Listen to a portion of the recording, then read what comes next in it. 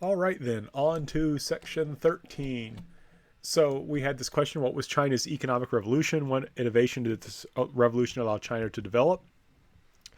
So China enjoyed a population growth of 50 million to 100 million between the years 800 and 1100. Part of this population growth was a result of better farming.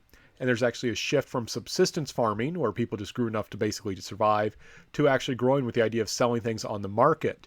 If you have enough food that you can sell food on the market, and you have a reliable market where you can go out and buy food, that means you don't have to farm. You could do something else, sell that stuff at the market, and then use that money to buy food. So more people can do things other than farm. That, of course, allows people to concentrate on developing things like technology. The Chinese will develop lots of technology, things like printing, the compass, and, of course, gunpowder.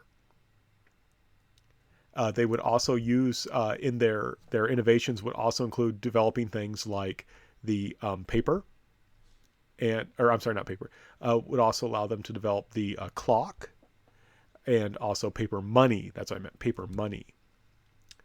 How was the exam system different in Koryo, Korea than it was in Song, China?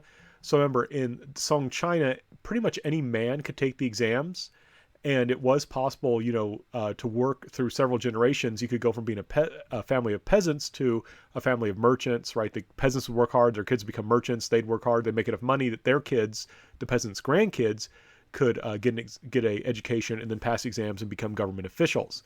So that was a way of social mobility in China. In Korea, Koryo, Korea, only aristocrats could take the exams. So it wasn't, in order to take the exam and become a government official, you had to be an aristocrat. So whereas in China, the exams were a way for people to raise up in their society, in Korea, it was a way for the aristocrats to maintain power. What was Haeunsa? Why was it important? Haeunsa was a temple in which the Koreans had a lot of a lot of wood blocks of Buddhist scriptures. This is one way you can print, is by painting a block of, or carving a block of wood with like a page of text on it, and then putting ink on the wood. You could then use that to make a lot of copies. And they had like 80,000 of those wood blocks stored in this temple called a Haeunsa Temple. And they created this because they believed it would give them good karma, it would win the favor of the Buddhists, and the Buddhists would then protect them against invaders. And in this way, they were emphasizing the idea of Korea was a special Buddhist place. And even though the Mongols would invade and destroy the wood blocks and the temple, the Koreans would rebuild them, which is why you can still go to the temple today. What did it mean for Korea to be a son-in-law nation? How did the story of Tangun help Koreans maintain their identity despite being under Mongol control? So Korea was conquered by the Mongols, and it would become what is known as a son-in-law nation. And basically, in a son-in-law nation, I skipped forward a slide, the Korean king was forced to marry a Mongol princess. That means his children are half Mongol and half Korean. One of those sons would marry another Mongol princess, so those kids are three-fourths Mongol, one-fourth Korean. One of those sons would then marry a Mongol princess, and as you can see, as it goes on, they become less Korean, more Mongol, and the children will be raised among the Mongols rather than among Koreans. So over time, the royal family will become increasingly Mongol. So Korea is becoming turned into a puppet state. It's during this time period that a particular story will become popular, the story of Tangun, right? The story of Tangun was old, but it's now going to be written down for the first time. And it asserts that the Koreans have a special identity by claiming that Koreans are the descendants of Tangun, and Tangun was the son of a god, and who married who had a baby with a woman who had been a bear, right? So remember, in the story, this bear and tiger want to become a human being. They're told you can become a human being if you sit in this cave and only eat garlic for a month. The tiger can't do it. The bear can do it. The bear gets changed into a beautiful woman, has intercourse with the son of God, and then they have a child, and that child is Tangun. So this says, we Koreans are kind of special. We're different kind of human beings than the Mongols are, and that means, we aren't Mongols no matter what happens to our king. So it's this way of kind of asserting their own identity. So when the Mongols decline, the Koreans will then, because they maintain their identity, will be able to restore independence, and they kick out the king who had been Mongol, and they get a new king. So we had this next question: what were the characteristics of the Japanese emperor? Why was there only one Japanese dynasty but many Chinese dynasties?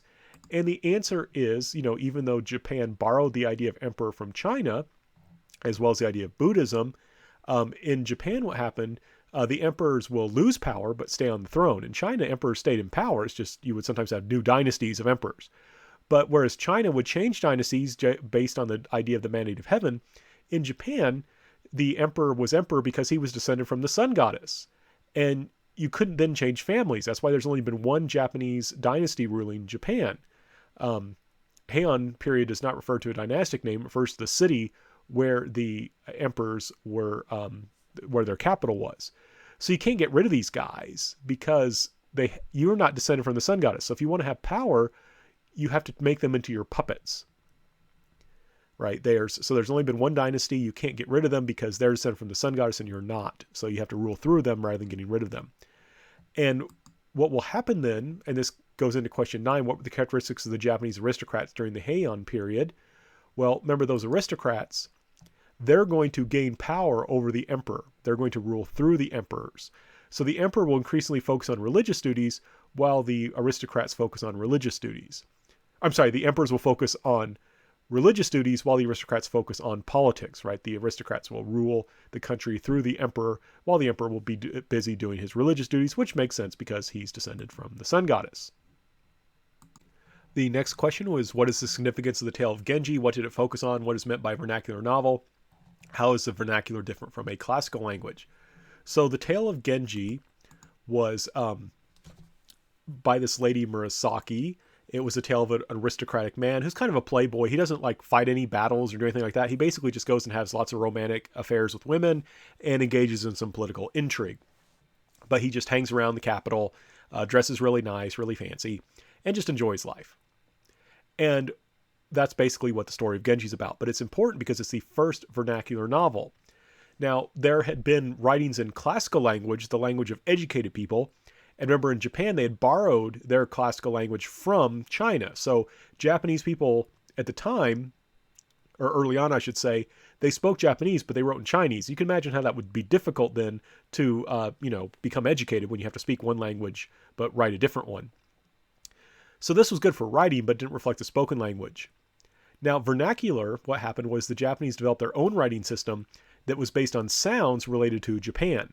Right? So if you look at that part where it says vernacular on the slide, those Japanese words next to it say Murasaki, which is just how it's pronounced.